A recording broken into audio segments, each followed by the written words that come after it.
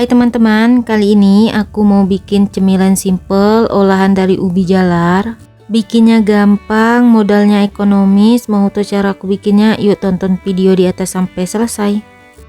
Pertama, siapkan wadah lalu masukkan 400 gram ubi jalar yang sudah dikukus kemudian dihaluskan. Untuk metode yang halusinya bisa pakai chopper atau pakai blender ya teman-teman, atau bisa juga pakai gelas, kurang lebih seperti yang di video. Kalau sudah halus, ubinya disisihkan. Selanjutnya tambahkan juga 1 bungkus santan instan ukuran 65 ml, 85 gram gula pasir, kemudian diaduk sampai gula dan santannya tercampur rata. Santan dan gulanya sudah tercampur rata, kemudian masukkan setengah sendok teh garam, 85 gram tepung ketan. Selanjutnya tambahkan juga 100 ml air minum atau air matang, kemudian diaduk sampai semua bahannya benar-benar tercampur rata.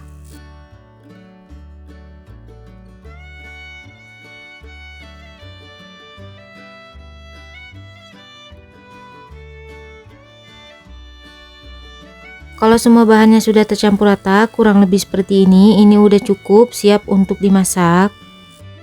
Sebelumnya aku sudah panaskan cetakan kue lumpur, kemudian olesin dengan margarin sampai merata.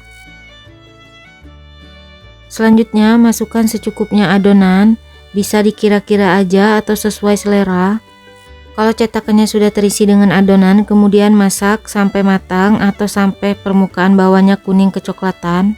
Untuk masaknya gunakan api sedang cenderung kecil biar nggak cepat gosong. Kalau bagian bawahnya sudah kuning kecoklatan, kemudian balik biar matangnya merata.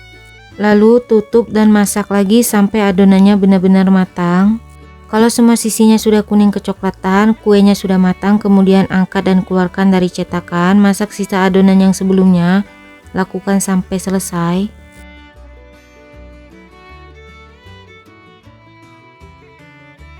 Dan ini dia kue ubinya sudah jadi. Gimana teman-teman, gampang banget kan bikinnya. Untuk aromanya ini wangi banget ya teman-teman, wangi ubi bakar.